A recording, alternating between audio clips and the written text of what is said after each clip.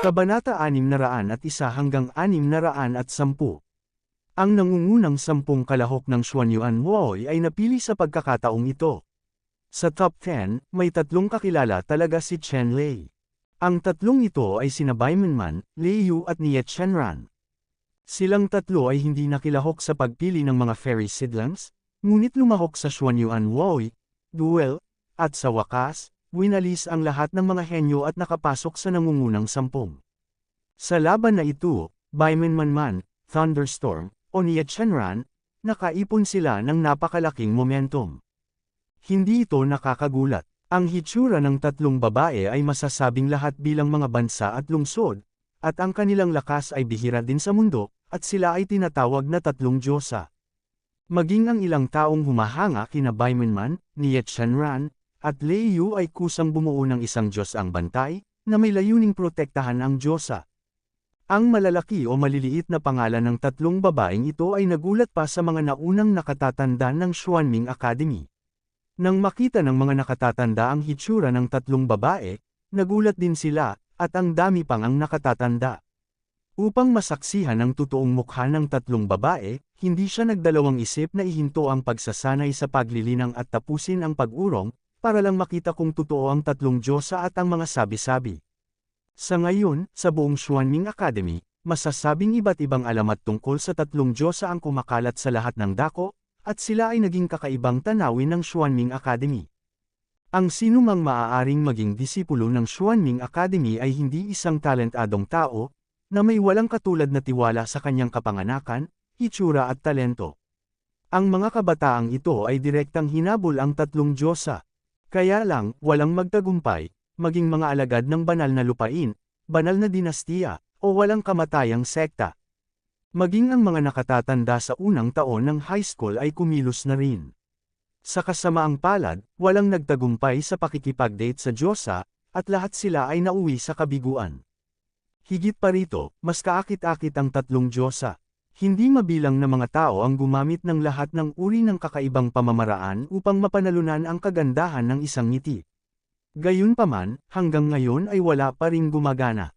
Si Chen Lei at ang iba ay bumalik sa Xuanming Academy sa ganoong kapaligiran. Sa mahigpit na pagsasalita, si Chen Lei at ilang mga tao ay maaaring ituring na mga freshmen sa Xuanming Academy. Gayunpaman, sa mga espesyal na kadahilanan, maaari na nilang sabihin na natapos na nila ang landas na dapat tahakin ng ibang mga freshmen.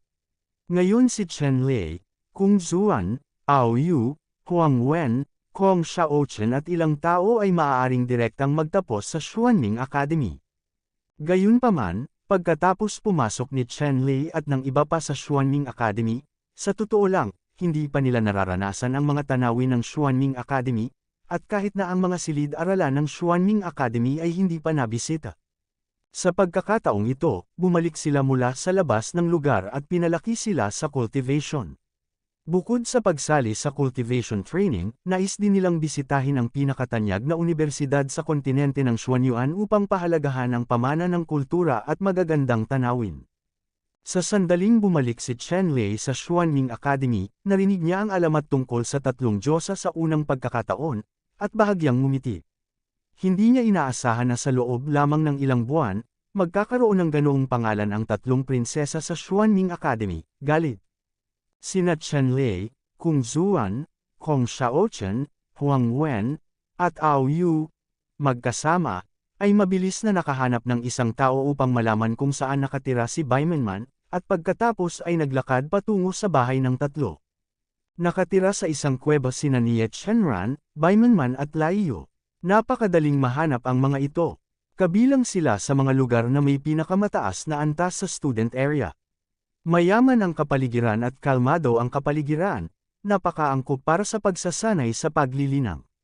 Sa ngayon, ilang sandali lamang matapos magrehistro ang 3,000 estudyanteng naka-enroll sa Xuanming Academy, makikita mo ang mga kabataang estudyante na nagmamadali sa kalye anumang oras. Bawat isa sa mga estudyanteng ito ay napakatalino at mahuhusay, at tunay na kinakatawan nila ang pinakamahusay sa nakababatang henerasyon sa Xuanyuan Continent. Puno ng kumpiyansa at pagmamalaki ang mukha ng bawat isa, at syempre may mga immature at green. Tumingin si Chen Lei sa mga taong ito at muling inisip ang sarili. Hindi na niya kaya ang ganoong estado ng pag-iisip. Hindi nagtagal, dumating si Chen Lei sa kuweba kung saan naroon sina Nie Chenran, Bai Manman at Lei Yu. Pagdating nila sa harap ng kuweba, maraming tao ang nagulat dahil sa open space sa harap ng kuweba ay may daan-daang estudyanteng nagpapakita ng pagmamahal dito. Ang daan-daang mga mag-aaral na ito, isa-isa, ay nagsusuot ng mga alahas ng aura, nagsuot ng mga kayamanan na naglalabas ng lahat ng uri ng liwanag, mga kayamanan ng liwanag na bumaril sa kalangitan, at sinubukan nilang ipakita ang kanilang kayamanan at lakas, at nais na pukawin ang atensyon ng ilang mga diyosa. Go! Go! Biglang umatake at sumalakay ang isang grupo ng mga tao mula sa ibang direksyon. Agad na itinulak ang mga estudyante sa gitna ng kalsada sa gilid na nagdulot ng kaguluhan. Sino ka, maglakas loob na itulak si Laozi, ngunit hindi ka maaaring mamatay. Dam, wala akong mata. Asshole, gusto mo na bang mamatay? Nagkaroon ng pagsabog ng mga sumpa sa karamihan. Ang anino ng Letigo ay parang dragon na lumilipad sa kalangitan, at direktang iginuhit sa mukha ng mga estudyante na nagsimulang maghiyawan. Biglang nagkaroon ng napakalinaw na marka ng dugo ang mukha ng estudyanteng ito. Kung maglakas loob kang manayre muli, ipinapangako kung hindi mo makikita ang araw bukas. Sinulyapan ng isang binata na may magagandang damit ang estudyante na nakakunot ang noo, at sinabing Senador Sheng. Ang Letigo kanina ay kamay ng isang kasamahan sa tabi ng batang lalaki na maayos ang pananamit. At ang binatang ito sa napakagandang damit ay malinaw na nasa itaas ng lalaking may hawak na itim na Letigo, at siya ang pinuno ng karamihan. Siya si Ren Xiaoyao. Oo, ang young master ng Xiaoyao Holy Land, at ang banal na anak ng Xiaoyao Holy Land, sa pagkakataong ito sa Xuanyuan Martial Arts Association, ika-7 pwesto sa top 10 masters. Mababa umano ang ugali nito at walang nang ahas na guluhin siya. Panipi. Oo nga, andito na tong taong to, kailangan pang mabuhay ng kaunti, para hindi magka-problema ang upper body. Sa gitna ng mga tao, mayroong isang alon ng pabulong na boses, at ang estudyanteng hinahagupit, nang makita ito sa kanyang harapan, ay talagang banal na anak ni Xiaoyao, si Ren Xiaoyao, at hindi siya nang ahas na magsalita, magtago iyong mukha at umalis. Ngumisi si Ren Xiaoyao, at itinutok ang natitiklap na pamaypay sa kanyang kamay sa lahat, sinabing, basta sa inyo, gusto rin ng mga Polaka na kumain ng karne ng sin. Talagang pambihira. Ngayon, binibigyan ka ng anak na ito ng 10 hininga, gamulong ka kaagad, kung hindi, kung gagawin mo, huwag sisihin ang binatang ito sa pagbilang ng kanyang mukha at pagiging malupit at malupit. Panipi. Pagkatapos magsalita, agad na naglabas si Ren Xiaoyao ng isang malupit na aura, at ang 10 tagasunod sa tabi niya ay naglabas din ng isang malupit na aura, lahat ay may lakas ng pinakamataas na klase ng martial arts. Ang ganitong lakas ay talagang pambihira para sa mga estudyanteng ito. Wala silang kakayahang lumaban sa lahat. Kasabay nito, alam din ng mga taong ito ang masamang pangalan ni Ren Xiaoyao. Hanggat nandito si Ren Xiaoyao, wala sila roon.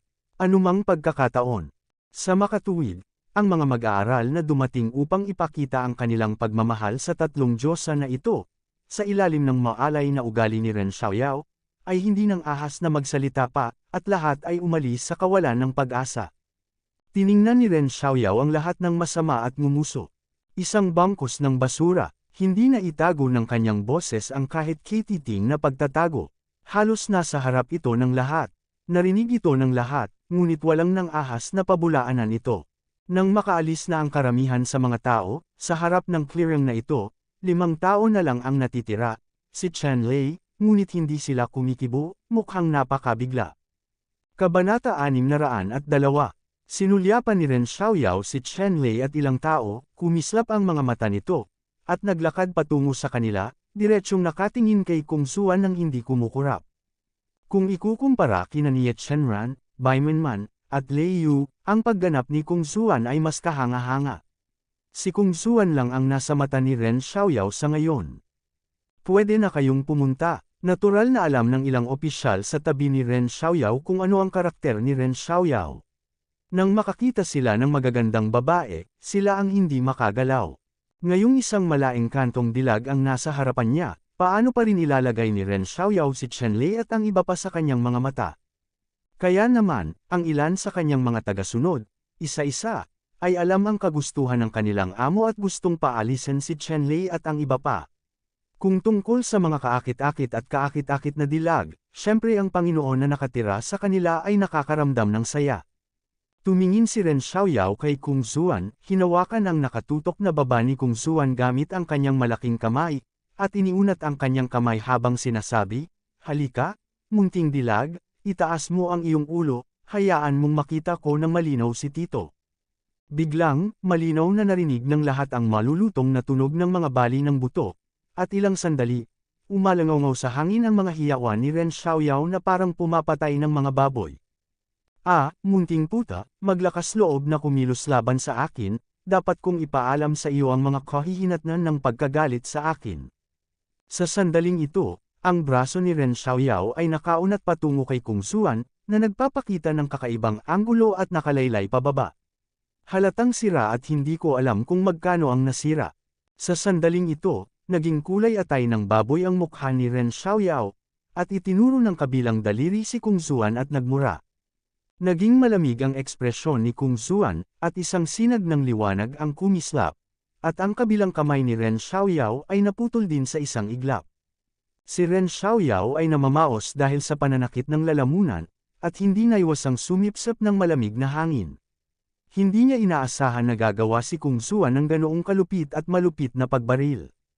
Sa oras na ito, ilang mga opisyal sa tabi ni Ren Xiaoyao ang nag-react, at ang isa sa kanila ay nagmura at nagsabi, "Munting asong babae, maglakas loob na saktan ang aming anak, ayaw mo bang mabuhay?" Kinuha ni Kung Zuan ang isang palad at direktang tinapik ito sa dibdib ng opisyal. Ang opisyal ay bumulwak ng dugo mula sa isang malaking bibig at nahulog ng daan-daang metro, ang kanyang leeg ay baluktot, at siya ay nawalan ng malay. Sa sandaling ito, malamig ang ekspresyon ni Kung Zuan, direktang lumabas ang isang alon ng masamang aura at sumigaw siya sa malamig na boses, "Kung sino ang marumi ang bibig, sa susunod, hindi na ito magiging mura." Ang mga salita ni Kung Zuan ay naglalaman ng malaking layunin ng pagpatay, tulad ng isang sheer hell. Ilang mga tagasunod sa paligid ni Ren Xiaoyao, pagkatapos maramdaman ang nakakatakot na hangarin na ito na pumatay, isa-isa silang tumahimik, hindi ako naglakas loob na magsabi ng higit sa kalahating pangungusap. Dahil talagang naramdaman nila ang layunin at kakilakilabot na pagpatay ni Kung Zuan, at alam nila na kung masaktan muli si Kung Zuan, talagang maglalakas loob siyang patayin siya ng walang awa. Ito ay isang tunay na mamamatay. Higit sa lahat, mararamdaman ng mga tagasunod na ito ang lagim ni Kung Zuan. Hindi sila ang mga kalaban ni Kung Zuan. Ito ang pangunahing dahilan ng kanilang pagkilala. Hindi inaasahan ni Ren Xiaoyao na makakatagpo siya ng ganoong katigas na tuod, ngunit bilang banal na anak ng Xiaoyao Holy Land, nang makaranas siya ng napakalaking kawalan, tiniis niya ang sakit at sinabing, "Okay, mayroon kang binhi at may kakayahan. Iwanan ang pangalang ito, puot, guro, hindi ko ito pakakawalan. Sa tabi mo lang, hindi ka karapat-dapat, umalis ka." Si Kung Zuan ay walang kahit anong interes na makipag-usap sa mga taong tulad ni Ren Xiaoyao. Sa pamamagitan ng isang alon ng kanyang manggas, isang bugzo ng hangin ang tumama sa ilang tao sa kalangitan, na diretsyong humihip sa langit na may 10,000 metro ang layo, at pagkatapos ay nahulog mula sa himpapawid. Ang kanyang mga buto ay nabali at ang kanyang mga litid ay nabali. Ngayon, ang mga estudyanteng ito sa tuktok ng antas ng Wuzun, sa harap ni Kung Zuan at iba pa, ay hindi naiiba sa ilang langgam, at maaari silang pigilan sa pamamagitan ng isang pitik ng kamay. Wala ni Chen Lei at ng iba pa ang kumilos. Nakatingin lang sila sa gilid. Ang mga taong ito ay tumatalon lang na clown. Turuan sila ng leksyon. Sa sandaling ito, direktang bumukas ang pintuan ng kuweba, diretsyong lumabas sina Nia Chenran, Lei Yu, at Baimanman, at hindi nagtagal ay dumating sa harapan ni Chen Lei. "Kuya Chen." Tuwang-tuwa si Nia Chenran na makita si Chen Lei, habang si Lei Yu ay medyo nahihiya. Tungkol naman kay Baimanman, may mga alon ng alon sa kanyang puso. Sa panahong ito, magkasama sina Lei Yu, Nia Chenran, at Baimanman. Kahit na lumahok sila sa mga kompetisyon, pareho silang sumusuporta sa iba, at ang relasyon ay maayos. Sa isang panahon ng pakikipag-ugnayan, nalaman ni Lei ang relasyon ni Nie Chenran at Chen Lei, at ikinasal sina Nie Chenran at Chen Lei. Para naman kay Baimanman, iisang puso ang nakatali kay Chen Lei, makikita ito basta't hindi siya bulag. Bagamat may marriage contract si Liu kay Chen Lei, sa katunayan, siya ang hindi gaanong nakakakilala kay Chen Lei. Si Liu ay may crush kay Chen Lei para sa Nie Chenran at Baimanman. Bagamat medyo maasim ang kanyang puso, matagal na niyang nakipag-ugnayan sina Nie Chenran at Baimanman at unti-unting tinanggap ito. Sa katunayan, kumpara kina Nie Chenran at Baimanman, nakilala ni Liu si Chen Lei sa pinakamaikling panahon, ngunit sa gayong mga sitwasyon, nagkaroon siya ng kontrata sa kasal ni Chen Lei. At malinaw naman, kung siya lang ang nangingibabaw kay Chen Lei, tiyak na magiging unfair ito sa dalawa pang babae.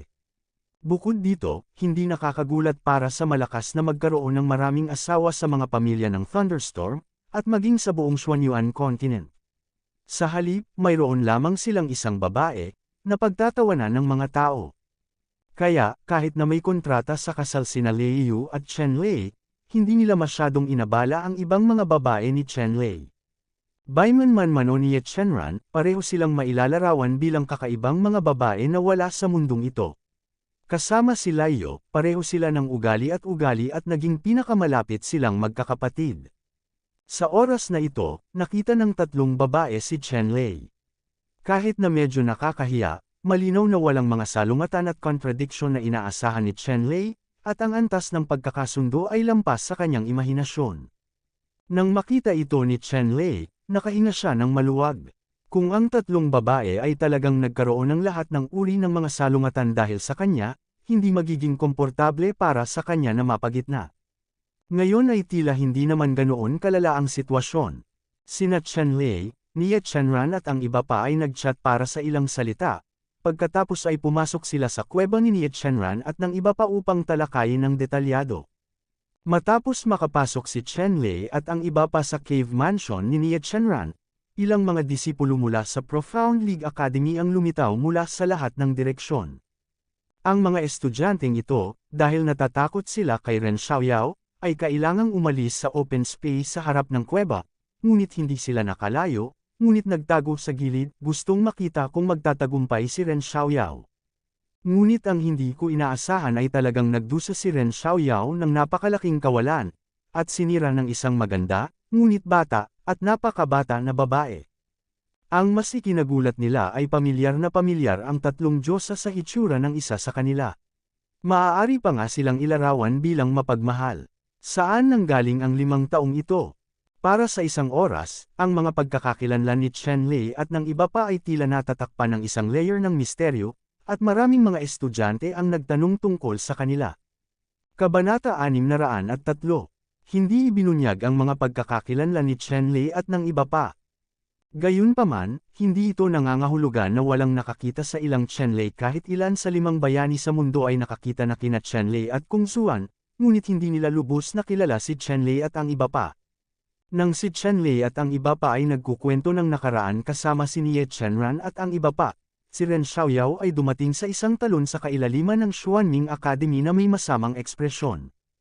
Ang talon na ito ay humigit kumulang 10,000 talampakan ang taas at ilang libong talampakan ang lapad. Para itong isang makintab na sibat na pilak. Ang talon na ito ay bumagsak mula sa isang mataas na altitude, at ang tubig ay tumalsik ng daan-daang metro ang taas, ang ambon ay maulap, ang espiritual na enerhiya ay puno. Sa talon, isang mar-angel na figure, hubad sa itaas, ang nakaupo sa isang bato sa gitna ng talon, na bahagyang nakapikit, hinayaan ang tubig na bumagsak mula sa langit at nahuhugasan siya. At nanginginig ang mga kalamnan sa kanyang katawan na may mataas na frequency amplitude na hindi nakikita ng mata. Sa tulong ng lakas ng tubig, patuloy niyang pinapainit ang kanyang katawan. Sa tansong balat, talagang may mga nakaambang rune. May nakakatakot na kapangyarihan. Kuya, lumapit si Ren Xiaoyao sa talon at sumigaw ng malakas. Ang boses ay dumaan sa nakakabinging tunog ng tubig at dumiretso sa tenga ng mar-angel na figurang ito sa talon. Bumukas ang mga mata ng figure sa talon nang marinig ang sigaw. Sa sandaling imulat niya ang kanyang mga mata, dalawang maliwanag na sinag ang bumaril ng diretso mula sa kanyang mga mata, tulad ng dalawang makalangit na espada, direktang tumatagos sa talon sa kanyang harapan, lubhang nakakatakot. Matapos ang liwanag sa mga mata ng figurang ito ay nagsimulang bumagsak muli ang putol na talon. Ang figurang ito ay sumulyap kay Ren Xiaoyao, at lumitaw sa tabi ni Ren Xiaoyao nang walang hangin. Hindi kinaya ni Ren Xiaoyao ang lakas na pinalabas ng lalaki, at hindi niya maiwasang umatras ng ilang hakbang bago naramdaman ang bahagyang pagbawas ng pressure, at huminga ng malalim. Bahagyang sinabi ng lalaki, "Mag-usap tayo, ano ang hinahanap mo?" Lumapit si Ren Xiaoyao sa lalaki at sinabing may mapait na mukha, "Kuya, gusto mo akong ipaghiganti? Naputol ang braso ko. Ito ay hindi isang banal na lugar para sa akin, hindi ibigay ang iyong mukha sa iyong panganay na kapatid." Pagkatapos magsalita, sinasadya ni Ren Xiaoyao na itaas ang putol niyang braso para maakit ang atensyon ng lalaki. Ang lalaking ito ay ang nakatatandang kapatid ni Ren Xiaoyao, si Ren Kangqiong, 10 taong mas matanda sa kanya. Nakapasok na siya sa Xuanming Academy Cultivation Line 10 taon na ang nakararaan. Ngayon ang cultivation ay sobrang nakakatakot, nahulaan din ni Ren Xiaoyao. Hindi ko alam pero nakakasigurado siyang talagang nakapasok na ang kuya niya sa martial realm. Dahil talaga sa napakalakas na suporta tulad ni Ren Kangqiong kaya nang ahas si Ren Xiaoyao na maging mayabang sa Xuanming Academy na ito. Siyempre, ang lakas at talento ni Ren Xiaoyao ay masasabi ring pambihira, kung hindi siya makakaasa sa sarili niyang lakas para makapasok sa top 10 nanograms Xuanyuan Huoi. Kaya lang, bagamat malakas si Ren Xiaoyao, mayroon din siyang pangalan ng self-knowledge. Sa harap ni Kung Zuan, wala siyang puwang para lumaban, kaya nabali ang dalawa niyang braso. Alam niya na talagang hindi siya ang kalaban ni Kung Zuan, kaya diretso siyang lumapit sa kanyang kuya para iligtas siya. Sumulyap si Ren Kangqiong kay Ren Xiaoyao at sinabing, "Ilang beses ko bang sinabi sa iyo na ang Xuanming Academy na ito ay hindi isang sagradong lugar para sa Xiaoyao, Crouching Tiger, Hidden Dragon, at ang iyong estilo ng trabaho sa sagradong lugar ng Xiaoyao ay dapat napigilan. Kung mag-provoke ka ng ilang halimaw, kahit ako ay hindi mo matutulungan." Panipi. Mapagpakumbaba na tumanggo si Ren Xiaoyao at sinabing, "Ate, ang itinuro mo sa akin ay dapat kong alalahanin ang aking mga iniisip, ngunit sa pagkakataong ito, tiyak na hindi ko ako sinisisi, hindi ako ang nagkusa." "Okay, don't say anything, sabihin mo lang kung sino ang bumaril sa'yo." Agad na pinutol ni Ren Kangqiong ang mga salita ni Ren Xiaoyao. Tungkol sa kanyang nakababatang kapatid, alam ni Ren Kangqiong ang lahat tungkol sa kanya. Sa 100 sentences na sinabi niya, "I'm afraid 99 of them are wrong."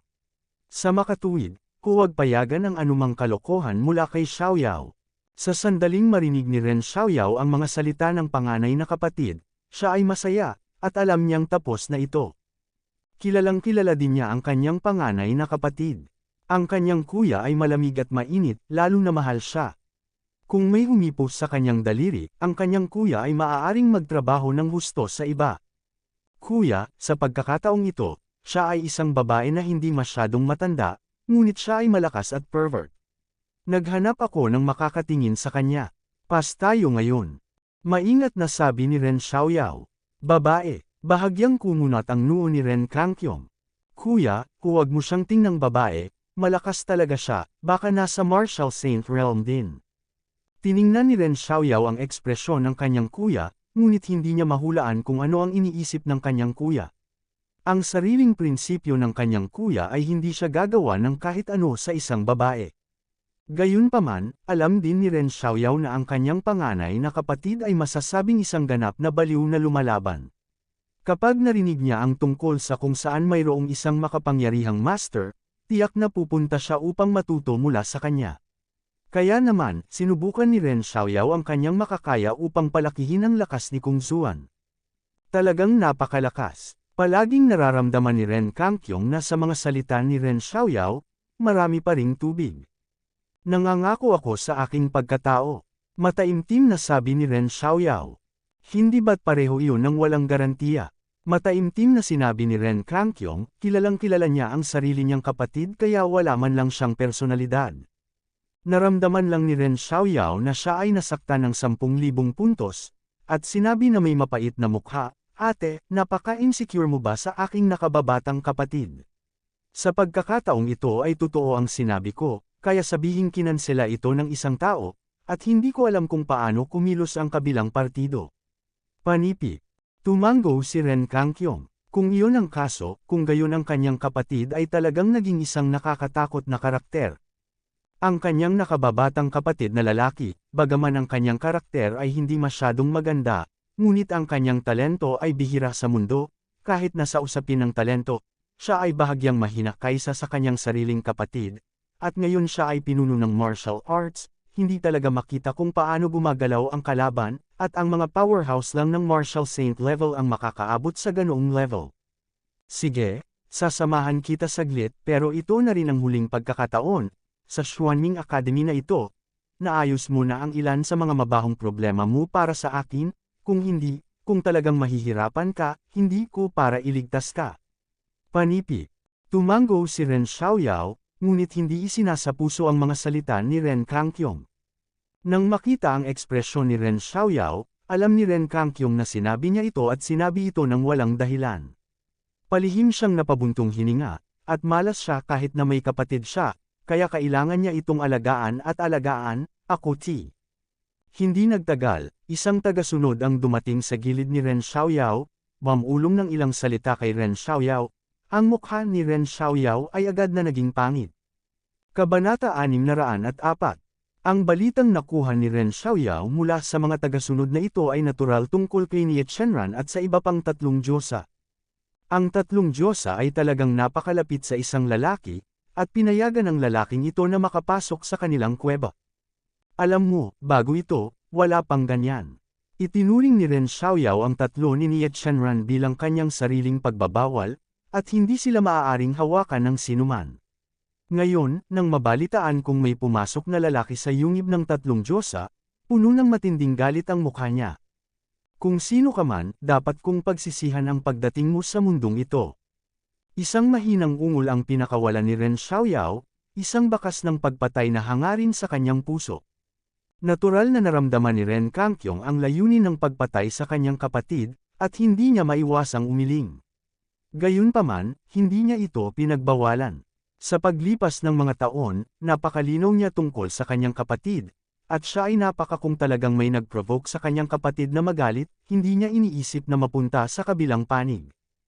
Hindi nagtagal, dumating si Ren Xiaoyao at ang iba pa sa gate ng kuweba kung saan nakatira si Nie Shenran at iba pa. Nakipagkamay si Ren Kangkyong at nagpatugtog ng sound transmission tone, na hinihiling sa mga tao sa loob na lumabas at bigyan siya ng paliwanag. Si Chen Lei at ilang tao ay nag-uusap, natanggap nila ang anteng-anteng na ito ng sound transmission, at hindi nila ito pinansin. Sa panahong ito, nakakainis talaga ang iba't ibang anteng-anteng ng sound transmission na natanggap ni Nie Shenran at ng iba pa, kung hindi lang talaga minsan kailangan nilang maghintay ayon sa balita ng mga guro, pantay ang tatlong diyosa naghahanda na patayin ng sound transmission array. Matagal na naghintay si Ren Kangkyong at ang iba pa sa labas ng kuweba. Matagal silang hindi nakakita ng tugon. Pinigilan nila ang kanilang galit at muling sinuntok ang anteng-anteng na transmission. Sa kasamaang palad, para pa rin silang clay cows na pumapasok sa dagat, at walang tugon sa mahabang panahon. Ang galit ni Ren Xiaoyao ay malapit nang sumabog sa kanyang dibdib. Dinala niya ang kanyang panganay na kapatid para gumanti, pero ang tingin talaga ng kabilang partido sa kanila ay wala lang. Ang momentum na ito ay talagang hindi kakayanin. Gayunpaman, ang cave mansion na ito ay nilagyan ng makapangyarihang mga paghihigpit na kahit na ang mga martial saint ay halos hindi masira. Bukod dito, kung talagang gusto nilang umatake, sila ay mabigat na parusahan ng akademya.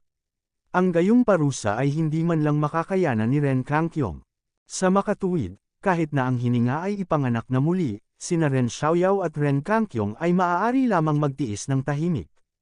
Sa paglipas ng panahon, ang atmosfera sa pagitan ng magkapatid na Ren Xiaoyao at Ren Kangkyong ay naging mas mabangis, at ang pressure sa harap ng Dongfo ay naging mas seryoso, halos hindi na makahinga ang mga tao. Sa oras na ito, may mga mabubuting tao sa Xuanlig Academy na nagpapakalat ng bagay na ito, at ang ilang mga bagong disipulo ay sunod-sunod na nagsidatingan, pinapanood ang kasiyahan mula sa malayo. Dapat mong malaman na si Ren Xiaoyao ay isa ring tanyag na tao, at ang tatlong Diyosa ay hindi kailanman nagkukulang sa mga paksa sa mahabang panahon.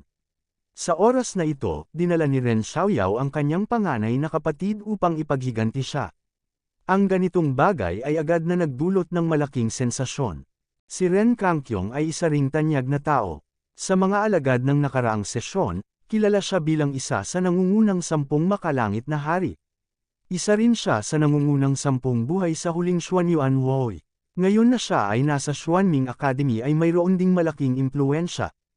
Sa katunayan, dahil sa hitsura ni Ren Kangqiong, ang parang komedya na pangyayaring ito ay nakatawag din ng atensyon ng ilang estudyante mula sa nakaraang sesyon. Sa paglipas ng panahon, parami ang mga estudyanteng nagtitipon sa lugar na ito at nakita ang magkapatid na sina Ren Xiaoyao at Ren Kangyu.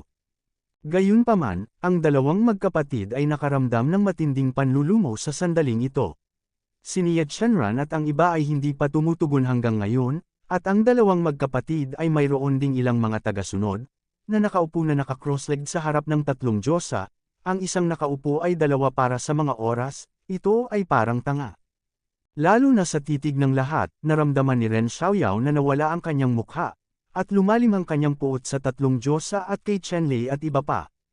Tungkol kay Ren Kangqiong, kung tutusin, ang cultivation state of mind practice ay mas mabuti kaysa kay Ren Xiaoyao, kahit na nakakaramdam siya ng pagkabalisa sa sandaling ito, ngunit maaari pa rin siyang manatiling kalmado sa kanyang mukha at bahagyang ipikit ang kanyang mga mata. Imposible na ang kabilang partido ay manatili sa natitirang bahagi ng kanyang buhay. Naliliit sa kuweba, laging lumalabas. Ang mga katotohanan ay talagang tulad ng inaasahan ni Ren Kangqiong. Matapos mag-chat si Chenlei at ang iba pa sa kuweba sa halos buong araw, nagpasya silang kumain ng masarap. Siyempre, ang napili nilang lugar ay ang masarap na restaurant na kanilang napuntahan noong nakaraan, oras. Sa kasalukuyan, medyo madali para kay Chenlei at ng iba pa na bumalik at pumasok sa larangan ng digmaan sa kalangitan.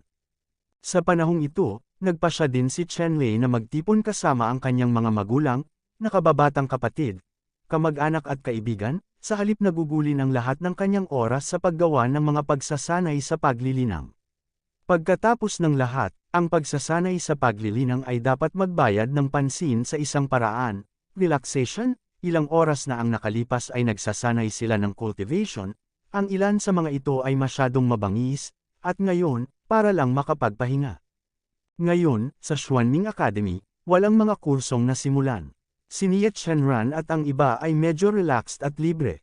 Matapos itong pag-usapan ng ilang tao, nagpasya silang hanapin ang kanilang mga magulang, nakababatang kapatid na babae at iba pa, at ang lahat ay bumalik na buhay. Nang buksan ni Chenlei at ng iba pa ang Dangfu Ban, natigilan sila. Nakita nila sina Ren Xiaoyao at Ren Kangqiong na nakaharang sa pinto sa unang tingin, at lahat sila ay nakatayo sa paligid na nanunood ng kasabikan. Mayroong hindi mabilang na mga mag-aaral, at mayroong kahit na 12-dosenang o daan-daang mga mag-aaral mula sa nakaraang sesyon. Nang lumabas si Chenlei at ang iba pa, 5 malupit na paghinga lang ang naramdaman ni Ren Kangqiong. Ang kakanyahan ng gas ay parang dragon at gas ay pumailang lang sa langit, naglalabas ng malakas na puwersang mapang-ipong halos masuffocate ang mga tao. Sa harap niya, ito ay natural na pamimilit na nagmumula sa 5 tao kabilang si Chenlei. Sa antas ng martial saint, ang martial artist mismo ang magdadala ng pinakamataas na pangkalahatang presyon, na madaling hadlangan ang mahihina at gawin silang hindi matatag, nang walang kaunting pagtutol. Sa katunayan, sa buong Xuanyu continent, may kasabihan na lahat ng nasa ibaba ni Wu Sheng ay isang langgam. Sa madaling salita, nang ang malakas sa ilalim ni Wu Sheng ay humarap kay Wu Sheng, wala silang anumang pagtutol, dahil ang pamimilit ni Wu Sheng ay masyadong halata upang sugpuin ang mahina. Ang kapangyarihan ni Wu Sheng ay may espesyal na pangalan na tinatawag na Sheng Wei. Sunod-sunod na pinugutan ni Chenlei at ilang tao sa outer space ang mga martial sage ng parehong antas. Ang Sheng Wei sa kanilang mga katawan ay mas maunlad, na may malaking epekto sa pagsupil sa mga ordinaryong martial sage. Kahit na si Ren Kangqiong ay maituturing na pinuno sa martial arts, sa kanyang mga kamay, hindi siya nakapatay ng kahit isang martial artist. Kung swerte lang, hindi makatwiran sina Ren Kangkyong at Chen Lei. Dahil hindi naglabas ng kapangyarihan si Chen Lei at ang iba pa, hindi maramdaman ng mga ordinaryong tao ang lagim ni Chen Lei at ng iba pa. Gayunpaman, si Ren Kangkyong, bilang isang martial sage, ay nakadama ng parehong antas ng paglilinang gaya ni Chen Lei at ng iba pa. Ito ay napakalinaw. Kuya, ang kamay ng munting puta ay para sa akin. Kuya, kailangan mong saluhin siya para sa akin. Gusto kong kumanta siya at manakop sa ilalim ng aking pandiya. Nakita ni Ren Xiaoyao si Kung Zuan sa isang sulyap, tumayo siya at itinuro si Kung Zuan at sinabing malakas. Lumubog ang mukha ni Ren Kangkyong, at diretsyong sumigaw siya kay Ren Xiaoyao, at kasabay nito ay kumakalat ang isang banal na kapangyarihan, na direktang sumasakop kay Ren Xiaoyao, dahilan para hindi siya makapagsalita. Si Ren Xiaoyao ay namula sa Shengwei pressure ni Ren Kangkyong, patuloy na umuubo, at halos sumabog ang kanyang mga daluyan ng dugo. Nakatingin lang siya kay Ren Kangkyong nang may pagtataka, hindi niya alam ang sarili niya. Bakit ganito ang pakikitungo ni Kuya sa sarili? Kabanata 605. Hindi inasahan ni Ren Kangkyong na sa pagkakataong ito ay magbubunsod ang kanyang kapatid ng isang nakakatakot na karakter. Mula pa lamang sa makapal na dugo na nagmumula sa 5 tao tulad ni Chen Lei, malalaman natin na ang mga taong ito ay tiyak na pumapatay ng mga bituin.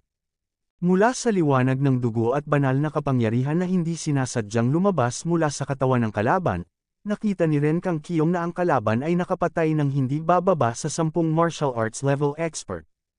Paano ito magiging posible? Dapat nating malaman na ang bawat martial arts level powerhouse ay kasing kahulugan ng lakas at hindi madaling mahulog. Gayunpaman, ang hininga na nagmumula sa katawan ng kalaban ay totoo at aktwal na nakapatay sila ng 12 dosenang o kahit 12 dosenang mga martial arts powerhouses ng parehong antas. Ang gayong tao ay napakalakas na imposibleng malaman ito ng may sentido komon. Ang katawa-tawa ay hindi alam ng kanyang nakababatang kapatid kung siya ay nabubuhay o namatay, siya ay naglakas loob na pukawin ang isang nakakatakot na mamamatay. Kaya, ginamit ni Ren Kangkyong si Shengwei para sugpuin ang kanyang nakababatang kapatid sa unang pagkakataon, para tumigil siya sa pagsasalita ng walang kaparehas. Kung talagang gusto niyang galitin ang mga taong iyon, walang makakaligtas sa kanya. Medyo huli lang ang mga galaw ni Ren Kangkyong, malinaw na narinig ni Kung Zuan ang mga salita ni Ren Xiaoyao, ang maliit niyang mukha ay biglang naging sobrang lamig. Itong si Ren Xiaoyao, binigyan ko siya ng pagkakataon.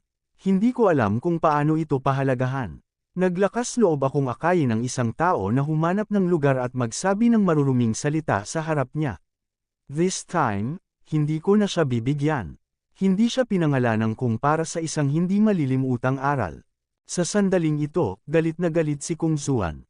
Pagkatapos ay itinaas ni Kung Zuan ang kanyang ulo at diretsyong tumingin sa direksyon kung nasaan si Ren Xiaoyao.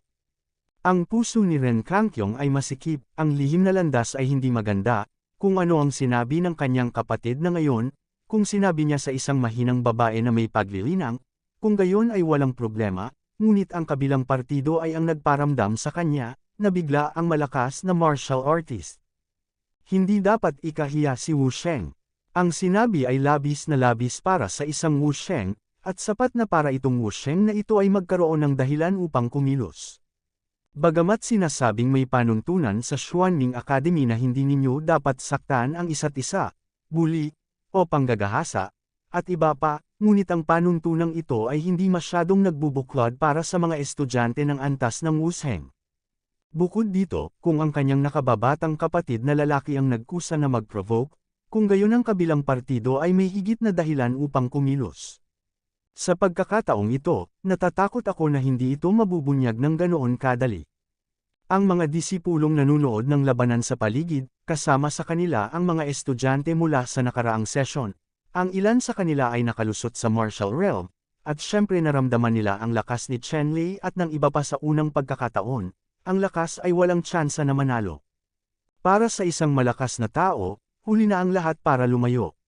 Si Ren Xiaoyao, ang tanga, ay talagang nagkusa upang pukawin ang provokasyon. Sa pagkakataong ito, masasabing sinipa niya ang isang malaking bakal na plato na hindi kayang laruin. Sa isang panahon, maraming tao ang natuwa sa kasawian. Sa pagkakataong ito, tingnan natin kung paano nagwakas ang magkapatid na sina Ren Kangkyong at Ren Xiaoyao. Tungkol sa mga salita ni Ren Xiaoyao, malinaw na narinig din ni Chen Lei ngayon, at natural na may bakas ng pagpatay na layunin ang lumitaw sa kanyang puso. Gayunpaman, hindi siya dapat gumawa ng aksyon sa bagay na ito. Si Kung Zuan lang ay sapat na. Lumabas si Kung Zuan, niyugyug ang kanyang anyo, at direktang lumitaw sa harap ng magkapatid na sina Ren Kangkyong at Ren Xiaoyao.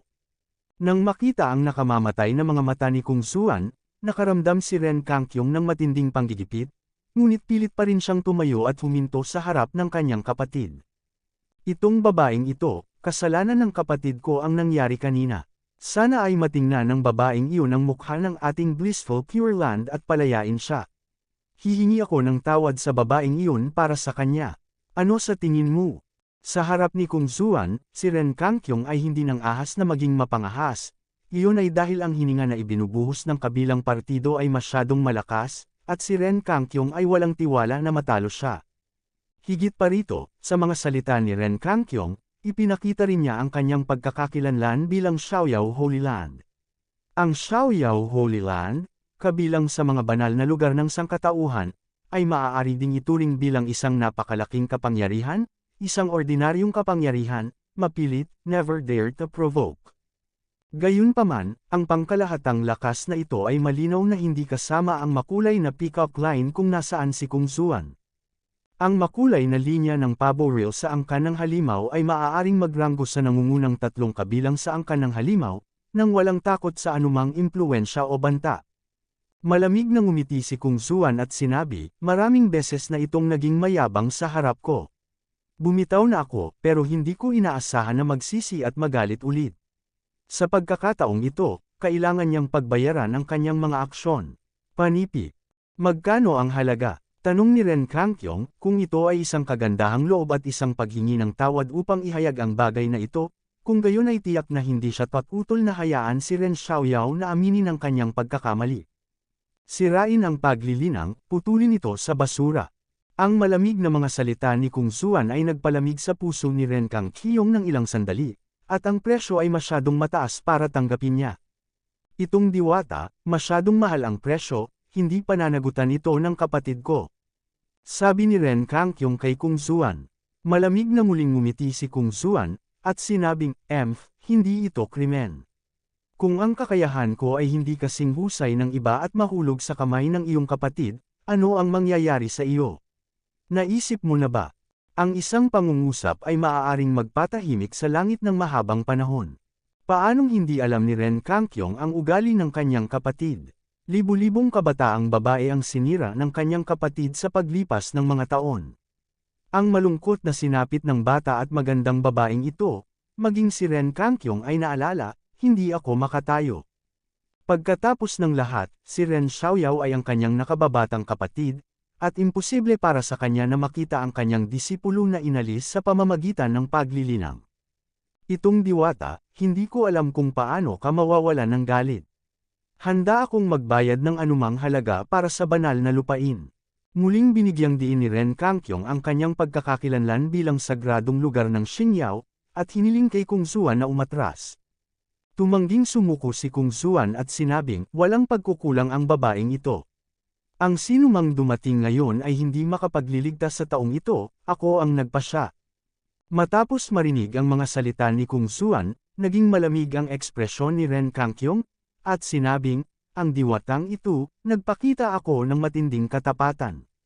Hindi mo dapat masyadong dein ang iba. Hindi magandang malaman na wala ako sa isang banal na lugar. Hindi malinis. Panipi. Sa ngayon, kailangang banggitin ni Ren Kangkyong ang Xiaoyao Holy Land sa bawat pangungusap, para lang maging maingat ang kabilang partido. Sayang lang at walang pakialam sa Happy Holy Land ang taong na-provoke niya this time. Ang ekspresyon na ito ay ganap na walang silbi. Sinabi ni Kung Zuan, paano ang Happy Holy Land, ngayon, dapat niyang bayaran ang halagang nararapat sa kanya. Sinabi ni Ren Kangkyong, kung sasabihin mo ito, hinding-hindi ito pababayaan ng babae. Hindi masama, napakasimpleng sabi ni Kung Zuan. Sa kasong ito, huwag mo akong sisihin sa pagiging walang malasakit. Hindi ko hahayaang saktan mo ang kapatid ko kung may sasabihin ka. Naging matigas din si Ren Kangkyong sa oras na ito. Malamig na bumantong hininga si Kung Zuan, at sinabing, hindi na ito magtatapos. Ngayon, kung matatalo mo ako, ililigtas ko ang buhay ng iyong kapatid. Kung hindi, tatanggalin ko ito bilang paglilinang at puputulan. Walang kwenta, panipi. Kabanata 606. Alam din ni Ren Kangkyong na ang usapin ngayon ay hinding-hindi matatapos ng madali, ngunit ang mga salita ni Kung Zuan ay maaaring ituring na nagbibigay ng pagkakataon sa kanyang kapatid. Kung kaya niyang malampasan, may paraan pa ang kapatid niya para mabuhay. Pumunta ka sa ring. Sa puntong ito, si Ren Kangkyong ay naging mapagpasyahan, hindi na kinaladkad ang kanyang mga paa, direktang lumipad, at pumasok sa arena. Sa Xuanming Academy, maraming arena ang ginawa para sa mga disipulo para makipagkumpetensya sa isa't isa. Nang makita ni Kung Zuan si Ren Kangkyong na papunta sa ring, niyugyug din niya ang kanyang figure at dumiretso sa ring. Sa pag-akyat ng dalawa sa arena, isang disipulo ang direktang nag-activate ng restriction sa arena, at isang transparent na light curtain ang bumalot sa buong arena. Ang mapanirang kapangyarihan ng mga disipulo sa antas ng Wusheng na nakikipaglaban sa isa't isa ay talagang napakahusay.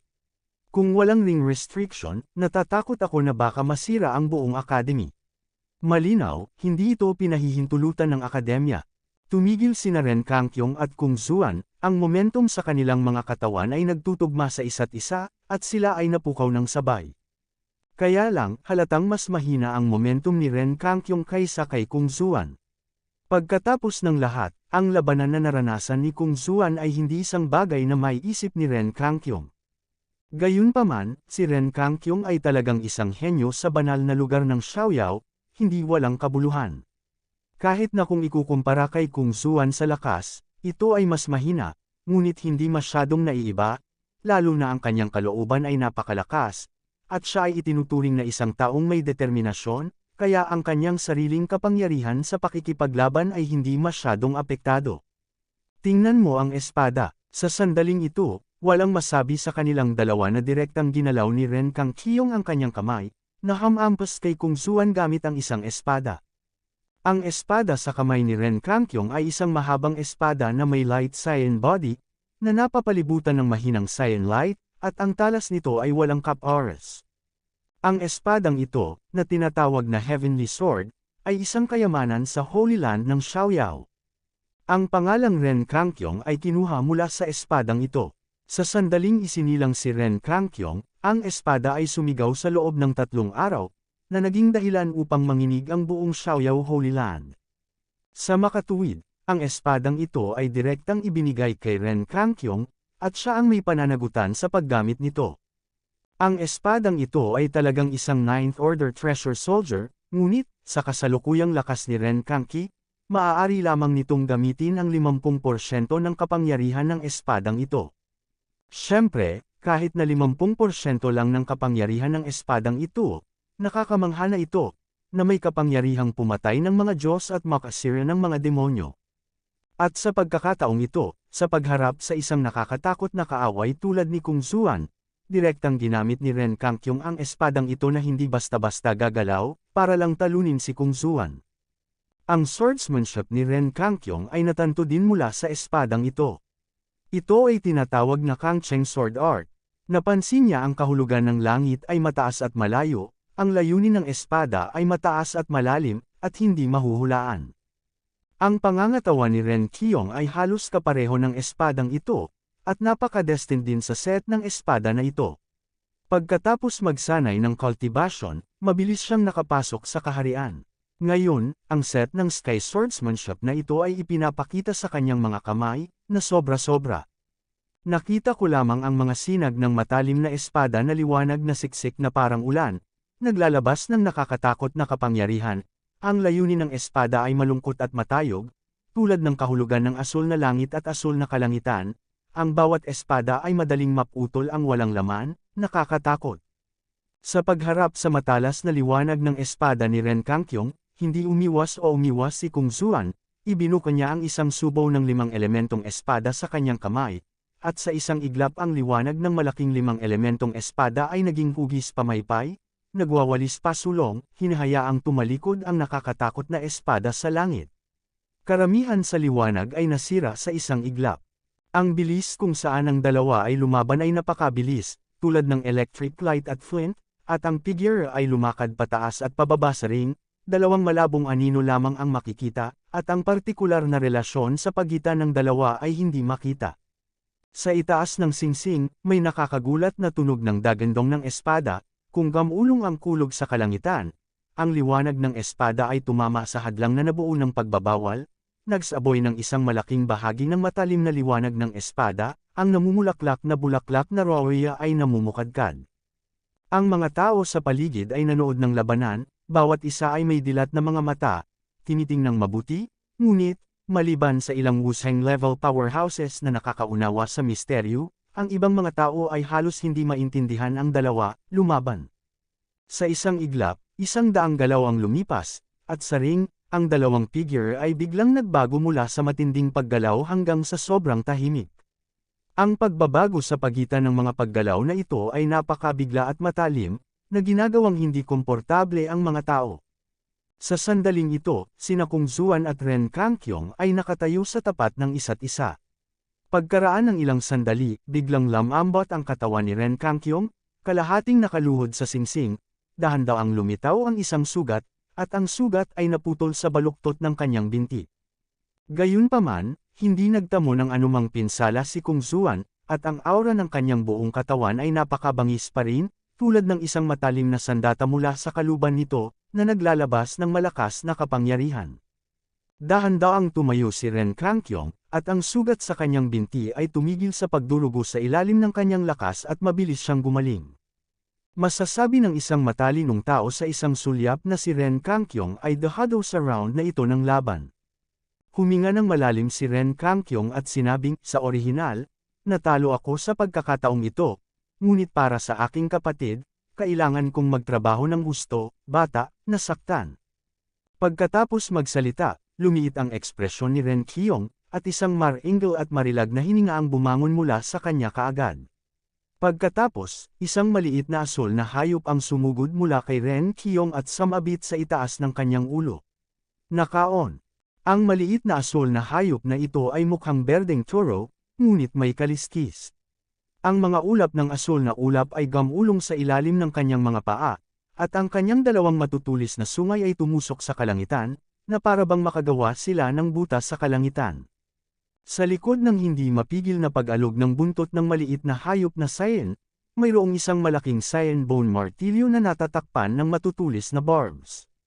Nang marahan itong inalog, gumawa ito ng walang kapantay na tunog na tumutusok, nang madali pagkatapos ay tumangay sa walang laman ng sunod-sunod. Ito ang anyo ni Ren Kangkyong, na tinatawag na Sky Beast, at isa rin sa pinakamalaking card ni Ren Kangki. Ang mga powerhouse ng Martial Saint level ay maaaring bumuo ng Martial Spirit form pagkatapos ng Soul Seed Fusion. Bagamat hindi sila matatawag na totoong Martial Spirit, mayroon na silang ilang mga kakayahan na mas malakas kaysa sa anyo ng espiritu, tulad ng mga tunay na nilalang, pangkalahatan. Sa mga nagdaang taon, isinama ni Ren Kangkyong ang binhi ng kaluluwa, na pumasok sa kaharian ng Martial Sage, at natural na pinagsama sa binhi ng kaluluwa, ang paglilinang ay nilinang ang diwa ng martial arts. Ang martial arts ni Ren Kangkyong ay isang sikreto. Sa buong Xuanwu Academy, halos walang nakakaalam kung ano ang martial arts na si Ren Kangkyong. Alam lang nila na sila ay sobrang nakakatakot at makapangyarihan, maihahambing sa pinakamahusay na martial arts. Soul Facts Iyang. Gayunpaman, walang nag-isip na ang espiritu ng martial arts ni Ren Kangkyong ay talagang isang ereheng nilalang sa langit. Bakas din sa mukha ni Ren Kangkyong ang ngisi. Dahil ginamit niya ang Sky Beast Spirit sa pagkakataong ito, talagang walang paraan na mabibigo siya. Gayunpaman, ganap din nitong inilantad ang kanyang pinakamalaking trump card at nawala ang misteryo at pagpigil sa kanyang One Facts Iyang. Gayunpaman, para sa kapakanan ng aking kapatid, ito ay katumbas ng halaga. Nakita ni Kung Zuan na mabilis na ipinakita ni Ren Kangkyong ang kanyang martial arts image, alam na desperado si Ren Kangkyong. Sa pag-iisip nito, hindi na itinago ni Kung Zuan ang kanyang mga kamay, at isang nakakatakot na hininga ang bumangon din sa kanyang katawan. Sa kanyang likuran, lumitaw ang isang malaking maliwanag na buwan. Sa maliwanag na buwan, mayroong isang malaking itim na anino. Ang malaking itim na anino ay hindi makita ang kanyang mukha, ngunit ang balangkas ay makikita ng malinaw, na kung saan ay ang imahe ng isang pabo real. Sa panahon ng Chinese New Year, ang mga katutubo ay dapat pumunta sa Beijing. Hindi maaaring normal ang code, pasensya na po. Mula bukas hanggang sa ika-6 na araw ng unang lunar month, ito ay i-update ng 2 beses sa isang araw, at ang ika-7 araw ng unang lunar month ay babalik sa normal. Kabanata 607. Diyos ko, anong klaseng espiritu ito? Nang lumabas ang martial soul ni Ren Kangkyong, lahat ay lubos na nagulat, at hindi alam ng maraming tao ang tungkol dito, dahil ang martial soul ng Sky Beast ay napakabihirang, at ang martial soul ni Kung Zuan ay parehong nakakamangha. Walang nakakaalam ng pangalan. Ang uri lamang ng malakas na presyon na nagmumula sa mga nilalang sa kalangitan ang nagpabagal sa kawalan. Bagamat ipinagbawal ito sa ring, nagdulot din ito ng matinding pressure sa espiritu ng ilang tao. Ang mga taong nanunood ng labanan sa kanilang paligid, isa-isa silang umatras ng ilang kilometro, at pagkatapos ay medyo gamaan ang pakiramdam ko. Ang martial arts spirit ay ang perpektong kombinasyon at sublimation ng soul seed ng martial artist at ng martial arts spirit. Ito ang pinakamatibay na embodiment ng isang martial sage. Sa sandaling ito, ang espiritu ng martial arts ni Ren Kangki ay nagpapalabas ng asol na liwanag, mga paa sa asol na ulap, malamig ang mga mata, na parang tumitingin sa kawalang hanggan, mga pagbabago sa paghinga na maaaring sugpuin ang kalangitan, ito ay nakakatakot. At ang anyo ng martial arts ni Kung Zuan ay ang maliwanag na buwan. Sa loob ng maliwanag na buwan, mayroong isang peacock martial soul. Malabo pa ito at hindi pa lubusang nalilinang. Gayunpaman, ang kanyang chi machine ay hindi kasing lakas ng The Beast of the Sky ay mahina, sa katunayan, ito ay mas malakas. Hindi nga alam ng iba kung ano ang pangalan ng martial art na ito, kaya nagtatanong. Sa arena, ang mga mata ni Ren Kangkyong ay kumislap sa kabaliwan, at agad na gumalaw. Ang martial spirit sa itaas ng ulo ni Ren Kangkyong ang unang umatake. Sa sandaling gumalaw ang martial soul na ito ay naging asol na liwanag, at ang nakapalibot na mga void fragment ay sumayaw ng ligaw, lamalas patungo kay Kung Zuan. Kasabay nito, ang espadang Kangcheng na nasa kamay ni Ren Kangkyong ay pumutol din ng isang malaking bahagi ng asol na liwanag at ginawa itong isang malaking sword shi, na naging sanhi ng marahas na pag-vibrate sa buong arena, sumabog sa kawalan, nakakatakot, at umatake kay Kung Zuan. Ang halimaw ng langit, ang ganitong uri ng martial arts, ay likas na pinagkadalubhasaan ang paraan ng pagpatay sa walang laman, ang pinaka-nakakatakot, bihira sa mundo. Ang hayop sa kalangitan ay naging isang asol na liwanag, at may mga space fragment na lumilipad sa paligid nito, 10,000 beses na mas malakas kaysa sa pinakamatulas na lumilipad na kutsilyo, at agad na dumaan sa kawalan at lumitaw sa harap ni Kung Zuan. Kasabay nito, ang Sky Sword sa kamay ni Ren Kangkyong ay sabay ding nabasag. Sa kombinasyon ng dalawa, ito ay napakalakas at nakakatakot. Natigilan ang lahat ng nakapaligid na nanood sa labanan. Ang ganitong kakilakilabot na pag-atake ay maaaring ihintog ng sinuman at kung sino ang makakapigil dito. Ilang martial arts level powerhouses ang naglagay sa kanilang sarili sa posisyon ni Kung Zuan, at nalaman na ang tanging paraan upang harapin ang ganoong kalakas na pag-atake ay ang pansamantalang iwasan ang gilid at tumakas ng libu-libong milya ang layo, at hinding-hindi makakalaban ng husto. Gayunpaman, ngayon ay naglalaban sina Kung Zuan at Ren Kangkyong sa ring. Bagamat hindi maituturing na maliit ang singsing na ito, hindi ito maituturing na malaki. Imposibleng maiwasan ang gayong nakakatakot na pag-atake ni Ren Kangkyong. Maraming tao ang hindi napigil ang magreklamo, matatapos na ang laban na ito, at mananalo ang langit. Ngayon lang, hinarap ni Ren Kangkyong si Kung Zuan, laging mapagparaya, at nagmamakaawa para sa lahat.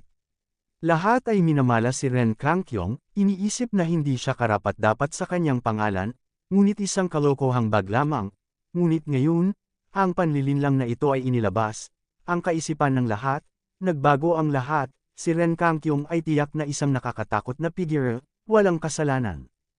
Akala ng halos lahat ay talunan na si Kung Zuan sa pagkakataong ito, at maging si Ren Xiaoyao ay naikuyom ang kanyang mga kamao sa tuwa. Hindi inaasahan ni Ren Xiaoyao na sa pagkakataong ito ay makakatagpo siya ng ganitong sakuna.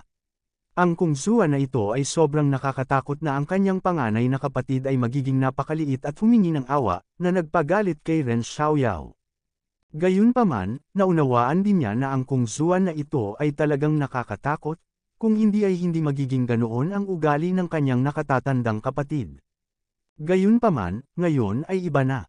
Sa sandaling kumilos ang kanyang nakatatandang kapatid, ipinakita niya ang kapangyarihan upang mangibabaw sa mundo. Hindi maintindihan ni Ren Xiaoyao kung bakit malakas ang lakas ng kanyang panganay na kapatid, kung bakit bamulong pa rin siya kay Kung Zuan para sa kapayapaan. Kung nasa kanya ang kapangyarihan ng kanyang nakatatandang kapatid, hahayaan niyang lumuhad si Kung Zuan at kumanta para mamuno. Gayunpaman, hindi inakala ng lahat na matatalo si Kung Zuan. Hindi bababa sa Chen Lei, Kong Xiaochen, Huang Wen, at Ao Yu ay kalmado lahat. Kung walang kaunting pag-aalala, imposibleng magbigay ng gayong kapangyarihan. Si Kung Zuan ay nagdadala ng anumang panganib. Nakaharap sa mabangis na mga hayop sa kalangitan at dagat tulad ng espada na aura na pinatay ni Ren Kangkyong, nagpakita ng panunuya si Kung Zuan, at isang 5 elementong banal na liwanag ang lumitaw sa kanyang katawan, na agad na naging maskara, mahigpit na pinuprotektahan ang kanyang sarili, tumayo. Bigla, kung ito man ay ang parang dagat na espada chi, ang asul na liwanag na binago ng halimaw sa kalangitan, at ang lumilipad na mga fragment ng kawalan, lahat sila ay bumalik ng walang tagumpay sa harap ng kalasag na binago ng 5 elemento ng mga Diyos. Ang sword chi ay nawala sa isang iglap, at ang mga space fragment ay nabasag din ng isa-isa.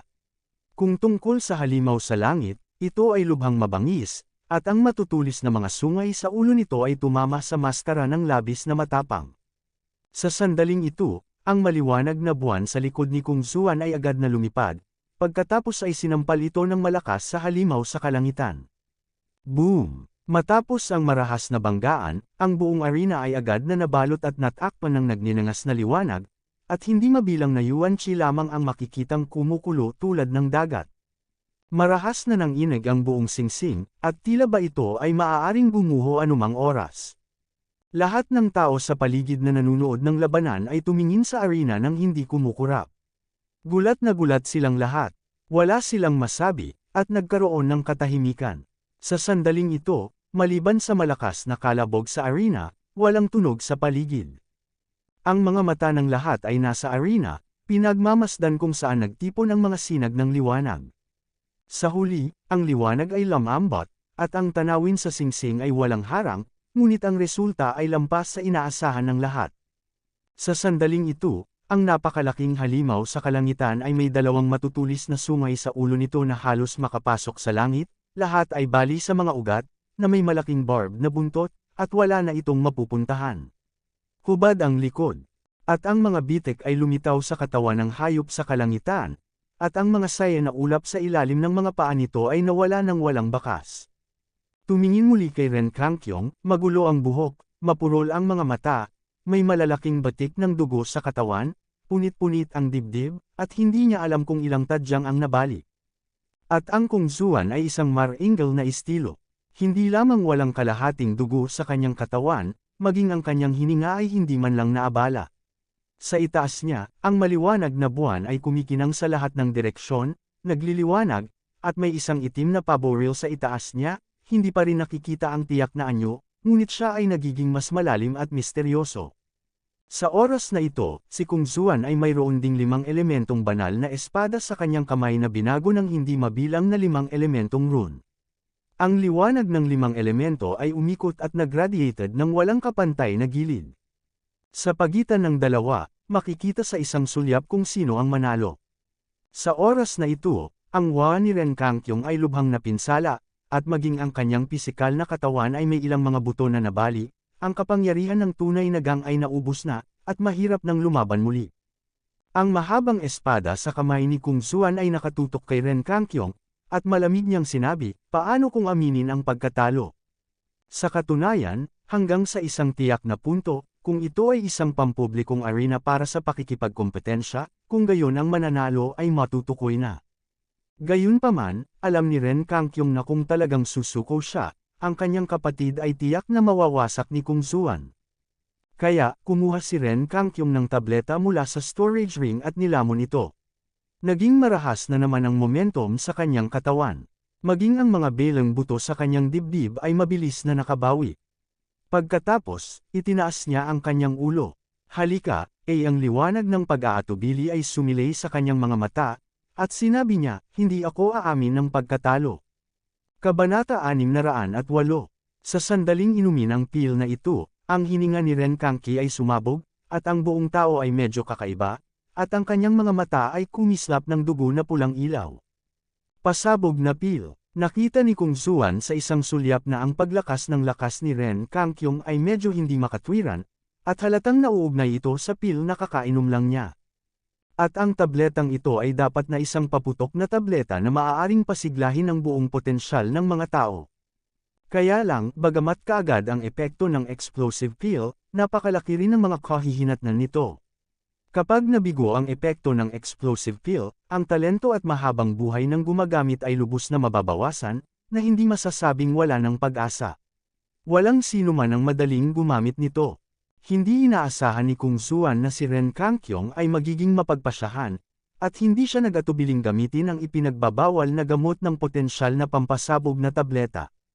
Gayunpaman, kahit na ginamit ni Ren Kangkyong ang explosive pill, ang huling resulta ay hindi maisusulat muli.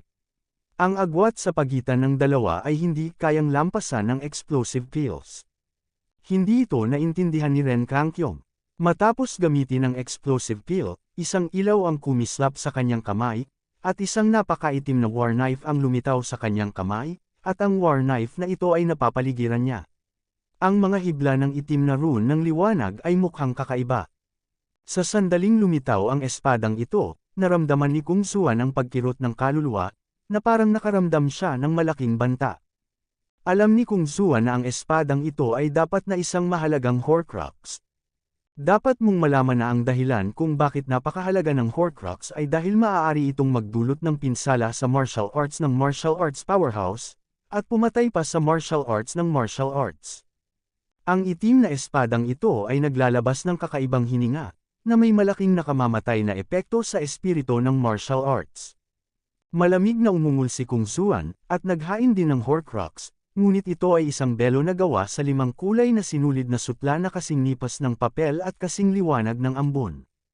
Isang 5 kulay na sinag ng liwanag ang namumulaklak sa hangin, at ito ay kumalat sa isang iglap, naging laki ng ilang libong metro, tulad ng isang 5 kulay na ulap, na nakasabit sa itaas ng kanyang ulo. Sa sandaling ito, si Ren Kangkyong ay naapektuhan ng paputok na potensyal na tableta, ang kanyang isip ay nalilito na, at ang kanyang ugali ay naging napakarahas ng walang pag-aalinlangan, direkta niyang pinatay si Kung Zuan sa pamamagitan ng isang saksak.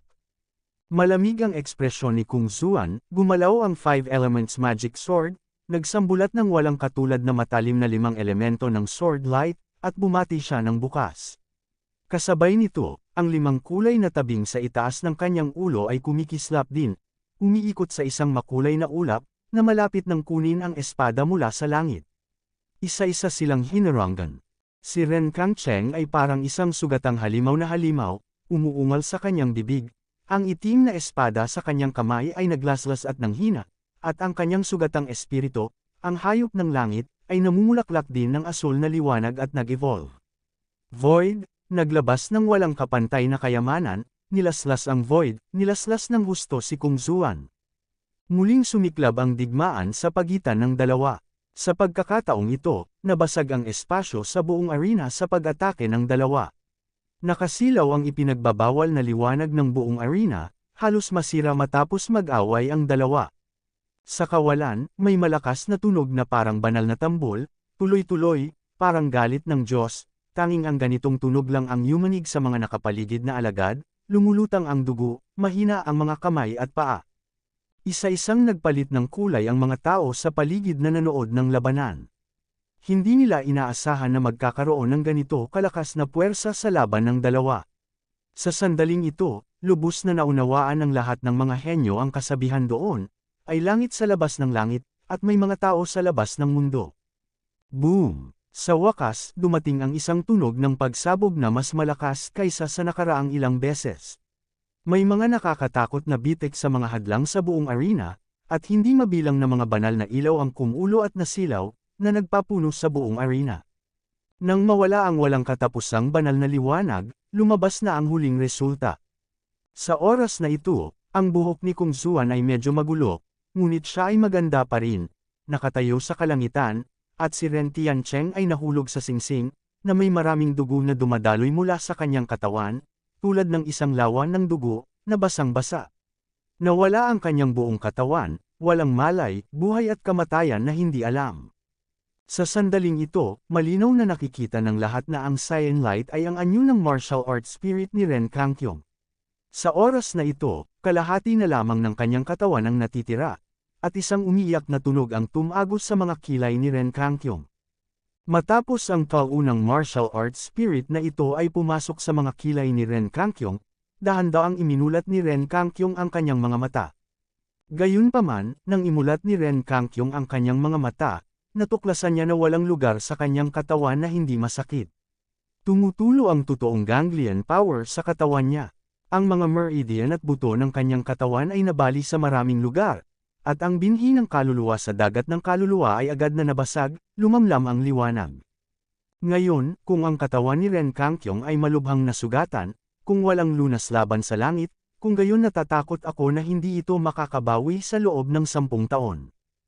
Ang kasalukuyang Ren Kangkyong ay ganap na nawala ang kanyang lakas sa pakikipaglaban at napakahina. Sa ilalim ng ring, natigilan si Ren Xiaoyao nang makita niya ang kaunos-lunos na sitwasyon ng kanyang kuya. Hindi niya inaasahan na palagi na lang siyang humahanga at naniniwalang matatalo ang hindi matatalo na kuya. At siya mismo, kahit noon pa man, ay minamaltrato pa ang kanyang panganay na kapatid na babae sa isang magandang babae. Sa pag-iisip nito, si Ren Xiaoyao ay nagpawis ng malamig, at sa kanya lang nalaman kung anong uri ng halimaw ang kanyang pinukaw. Iniisip ang paulit-ulit na babala ng kanyang nakatatandang kapatid na pigilan siyang magdulot ng gulo sa Xuanming Academy, ngunit hindi siya nakinig. Ngayon kung iisipin ko, gaano siya katanga. Si Ren Xiaoyao ngayon ay may panghihinayang sa kanyang bituka.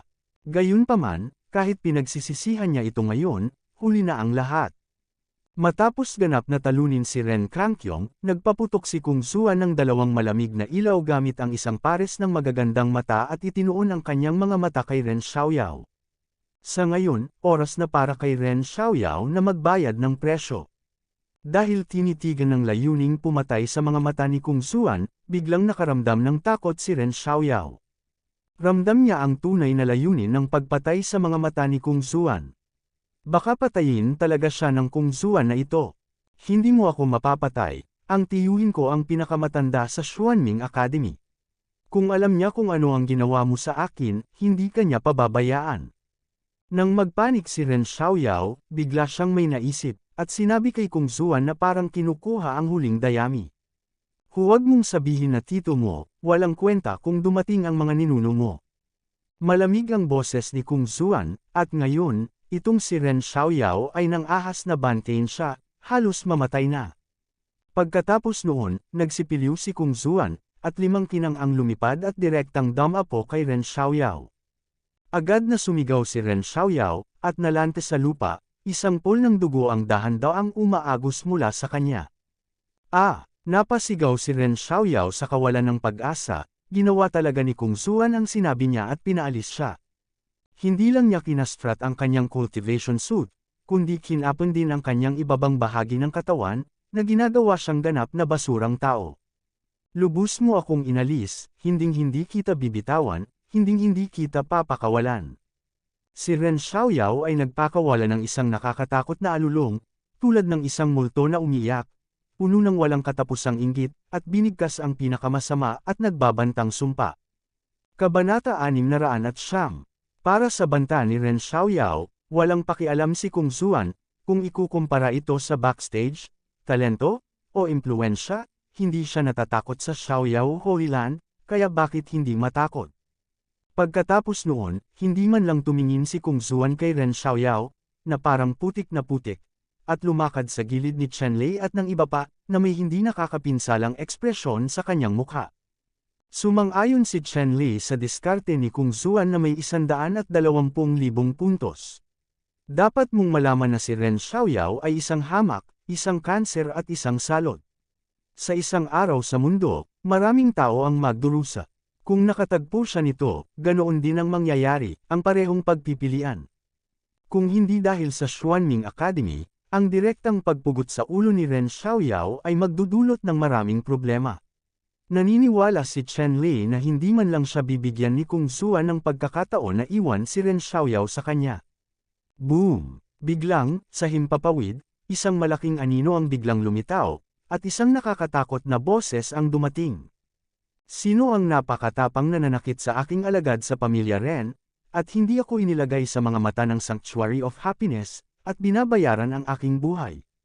Sa himpapawid, ang hangin at mga ulap ay lumundag, at ang malalaking madilim na ulap ay nagbago, naging isang higanteng kamay na tumakip sa kalangitan, kumikinang na may metal na kinang, naglalabas ng walang limitasyong presyon, biglang bumagsak mula sa himpapawid, at diretsyong bumaril sa ulo ni Kung Zuan.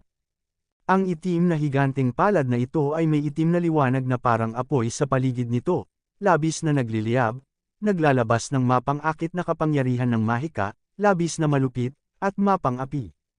Nabasag, sa ibaba, ilang espiritong bundok ang agad na nahati. Ang ilan sa mga disipulong nanunood ng labanan sa kanilang paligid ay naramdaman ng malakas na hangin at hindi mabata na presyon, at ang ilang mahihinang tao ay umubo pa ng dugo sa lugar. Ang lahat ay labis na natakot, at isa-isa, ginamit nila ang mga pagsasanay at tumakas pabalik, iniiwasan ang lugar na sakop ng higanteng palad na ito. Buti na lang at hindi nakatutok ang **** na palad na ito sa mga alagad sa paligid mo na nanunood ng laro, hayaan mo na sila. Nang malayo na sila sa itim na higanteng palad na ito, ang lahat ng mga disipulo ay nakaramdam ng matagal na damdamin sa kanilang mga puso, at tumingin sa itim na higanteng palad sa hangin na parang isang higanteng bundok sa takot. Sa kasalukuyan, ang itim na higanteng palad na ito ay binaril pababa sa hangin. Sa lupa, hindi mabilang na malalaking bato sa ilalim ng hangin ng palad ang nagkapira-piraso. Tila isang piraso ng langit ang direktang nawasak. Nakakatakot ang kapangyarihan nito, nagpapalpitate ang mga tao. Ang palad na ito ay nakatutok mismo sa kinaroroonan ni Kung Zuan at ng iba pa. Lalo na si Kung Zuan, ang pangunahing layunin ng palad na ito, ang kapangyarihan ng palad na ito ay napakahusay. Walang paraan upang labanan si Kung Zuan, kahit na sinubukan niyang sirain ang katawan ng Five Elements God's Light Guard, hindi niya ito malabanan. Sa ilalim ng napakalakas na presyon ng hangin, ang Five Elements God's Light ay hindi man lang mabuo isang proteksyon na maskara. Sa sandaling ito, isang malaking hangin ng palad ang humihip sa buhok ni Kung Zuan pabalik. Ang mga kalamnan sa kanyang mukha ay na-deform dahil sa hangin ng palad, at ang kanyang mga mata ay medyo hindi maimulat. Nang makita ito ni Chenlei, malamig siyang bumantong hininga, humakbang pasulong, hawak ang palad ni Kung Zuan, at ang tunay na kapangyarihan hanggang sa kanyang katawan ay patuloy na naililipat, at kasama ni Kung Zuan, nilabanan niya ang palad ng *********. Si Kong Xiaochen, Huang Wen, at Ao Yu ay pawang nagbago ng hugis ng kanilang katawan. Sa isang kisap mata, nabuo ng 5 ang Five Emperors Conferred Battle Formation. Sa pagbuo ng battle formation, itong malaking itim na palad, direktang selyado sa isang kakaibang espasyo. Ang 5 tao ni Chenlei ay nagtulungan sa isang walang katulad na lihim na pag-unawa. Matapos aisil ang itim na palad, ang 5 tao ay naglunsad ng isang malakas at walang kap-oras na pag-atake. Pagkatapos ng ilang galaw, pinunasan nila ang napakalaking kapangyarihan na nakapaloob sa itim na palad na ito. Ha! Sa malamig na singhot, biglang lumitaw sa harap ni Chenlei ang isang matandang lalaki na may payat na katawan. Pagkaraang tumingala, ang kanyang mukha ay agad na naging malungkot. Sa sandaling itinaas ng matanda ang kanyang kamay, binaril niya si Ren Kangkyong sa kanyang harapan. Sa kasalukuyan, si Ren Kangkyong ay malubhang nasugatan, ang kanyang mga buto ay nabali sa maraming lugar, at ang kanyang binhi ng kaluluwa ay dumanas ng matinding pinsala at lubhang mahina. Para naman kay Ren Xiaoyao, ang kultibasyon ng kanyang buong katawan ay inalis, at siya ay direktang kinastrat at naging isang walang kwentang tao. Hindi inalagaan ng matanda si Ren Xiaoyao, ngunit kumuha ng longgan-sized na tableta na naglalabas ng mabangong aroma at direktang inilagay sa bibig ni Ren Kangkyong. Ilang sandali, nagsimulang gumaling ang pinsala ni Ren Qiong sa bilis na nakikita ng mata. Ang mga sirang buto ay magkakadikit at lumalaki, at ang mga sugat sa katawan ay mabilis na gumaling. Sa pagitan ng isang dosenang paghinga, biglang gumaling ang pinsala ni Ren Qiong. Tulad ng sa simula, bukod sa kawalan ng espiritu, lahat ng sugat sa kanyang katawan ay tuluyan ng gumaling. Anong uri ng tableta ito? Napakaganda. Laking gulat ng mga nakapaligid na disipulo nang makita nila ang eksenang ito. Iba't ibang mahiwagang elixir, hindi nagkukulang ang mga taong ito, ngunit posibleng makarecover si Ren Kangkyong mula sa ganoong malubhang pinsala sa maikling panahon. Natatakot ako na hindi maraming tao ang nakakita ng elixir na ito. Ang gamot ay matatawag na tunay na tableta. Pagkatapos ay iwinagayway ng matanda ang kanyang kamay upang gamutin ang mga sugat ni Ren Xiaoyao. Bagamat inalis si Ren Xiaoyao, maliban sa mas nakamamatay na pinsala sa ibabang bahagi ng katawan, ang iba pang mga pinsala ay hindi masyadong malubha. Ang ganitong uri ng magic pill ay hindi kailangan, at ilang hemostatic pill ang ginagamit. Hindi mahalaga. Uncle 7, ikaw dapat ang master ng apo mo.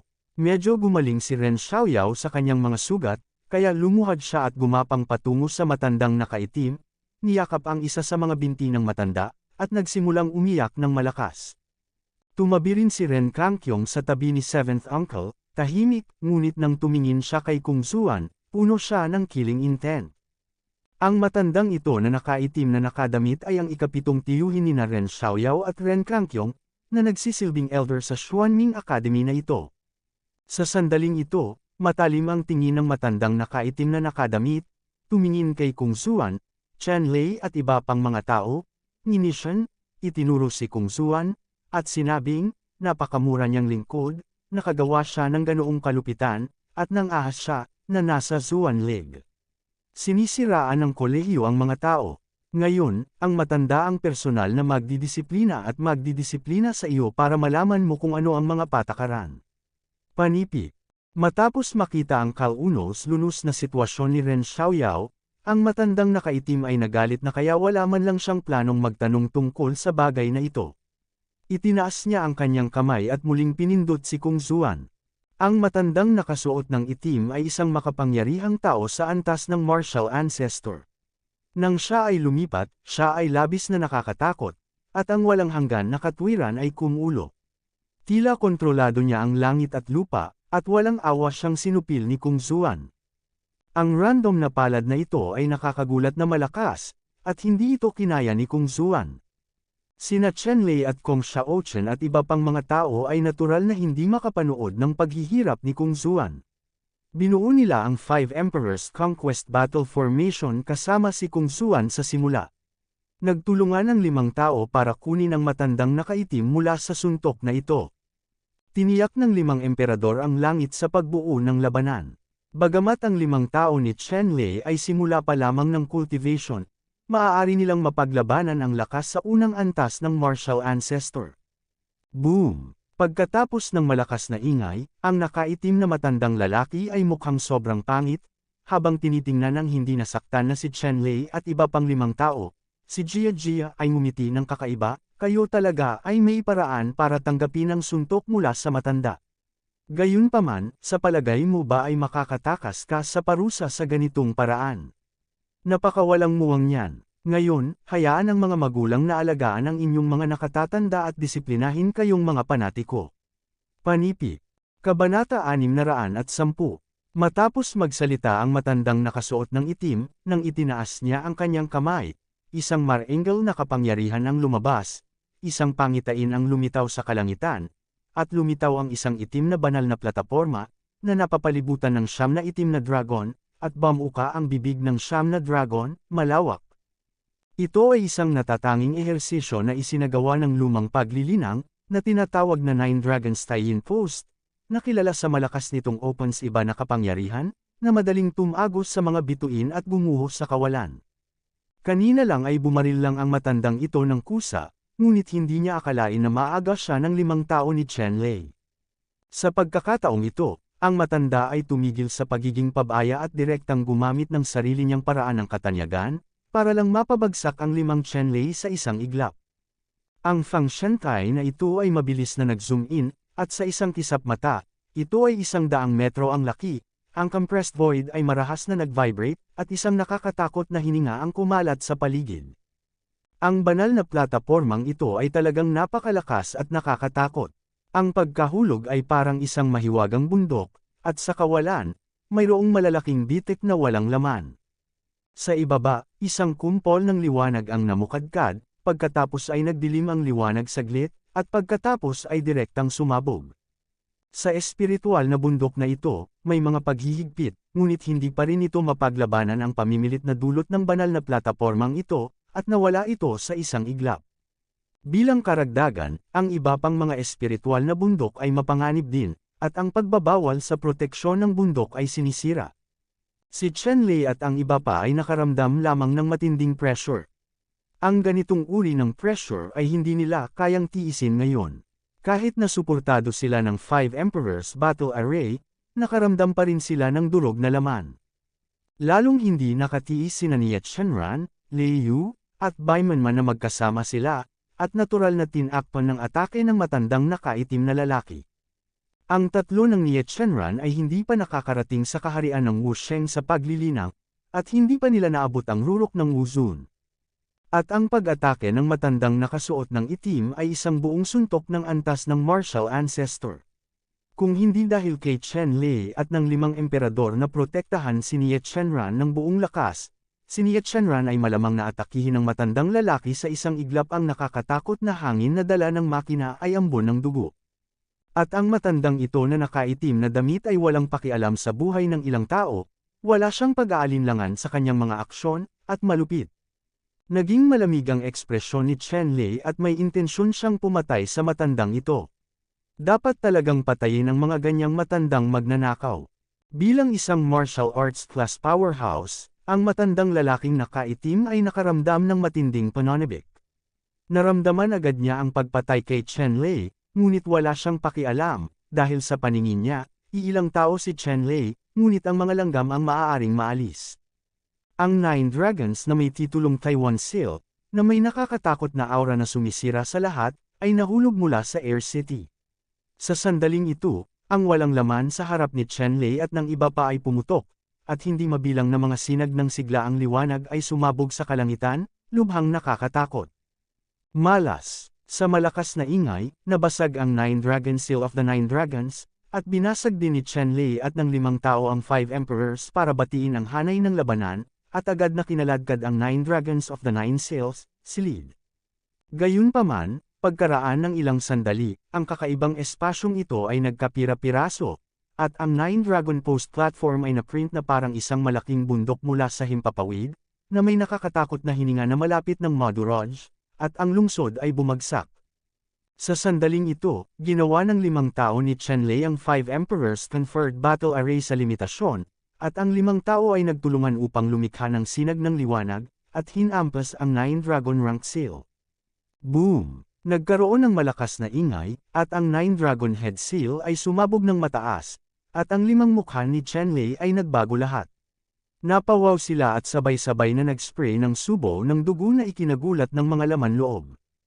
Lalong naging pangit ang kutis ng matanda na nakasuot ng itim. Sa isang malakas na suntok, hindi niya pinabagsak ang mga estudyanteng ito, na nagpahiya sa kanya.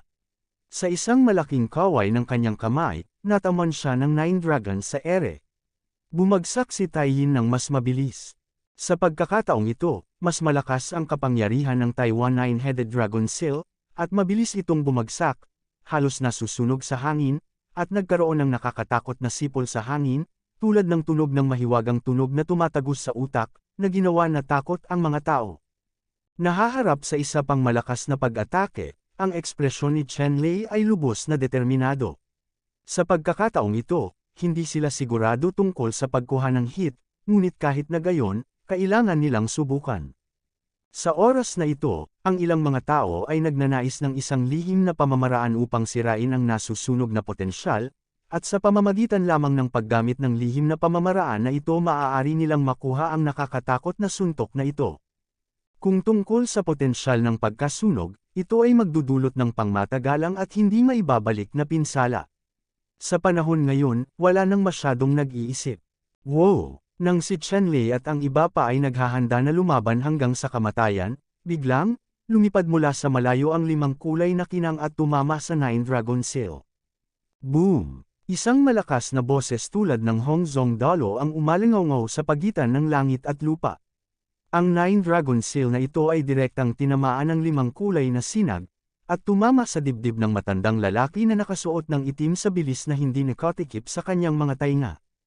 Ang matandang nakasuot ng itim na lalaki ay tinamaan ng kidlat, at nagkaroon ng malutong na tunog ng mga buto na nabali, at ang kanyang manipis na katawan ay lumipad ng paalang, tumama sa espiritual na bundok, at nagpabagsak sa espiritual na bundok. Malalim na kuweba na hugis tao. Cough! Lumipad ang matandang nakaitim na nakadamit palabas ng kuweba na hugis tao at nagluwa ng laway na may halong dugo at pulbos na bato. Pagkatapos ay galit siyang sumigaw, sinuang ng ahas na ibigay ang itim na kamay na ito sa matanda at wala na ang matanda. Panipi. Ren Chanzuo, hindi mo pa rin maaayos ang mabaho mong dumi na kumikawala lang. Bakit, hindi sapat ang mga natutunan? Isang napakagandang mezzo-soprano na boses ang tumunog, at pagkatapos, isang nakamamanghang figure ang lumipad mula sa malayo at nahulog sa harap ni Chenlei at ng iba pa, na nakaharap sa matandang nakaitim na si Ren Chanzuo.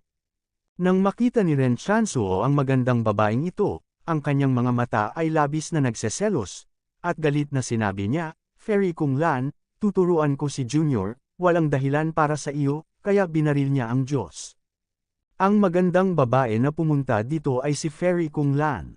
Si Fairy Kung Lan ay tumawa na parang pilak na kampana matapos marinig ang mga salita ni Ren Chanzuo, at sinabing, "Ren Chanzuo, na nagsasabing ikaw ay isang matandang tanga, walang ginawang masama, wala sa mga taong ito ang mayroon ka." Qualification lesson, ngayon, kung kilala mo, lumabas ka kaagad, kung hindi, huwag mong sisihin kung hindi mo ako pinaalalahanan, hindi mo kayang bayaran ang kahihinatnan. Panipi.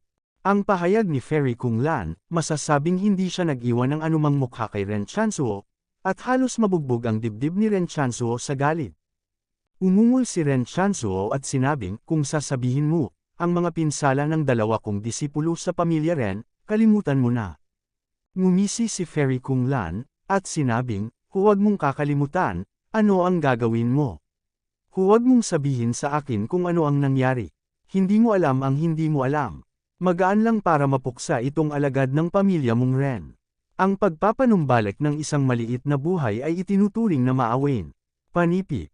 Umiling si Ren Chanzuo, kung pipilitin kong turuan sila. Sabi ni Fairy Kung Lan, "Ren Chanzuo, huwag mong ikahiya. Isa lang ang sasabihin ko sa iyo. Ang 5 taong ito ay pawang mga fairy seed lang sa akademya. Dapat kang maging malinaw tungkol sa kahalagahan ng bagay na ito. Please like and subscribe Jessica Datuan Ortiz.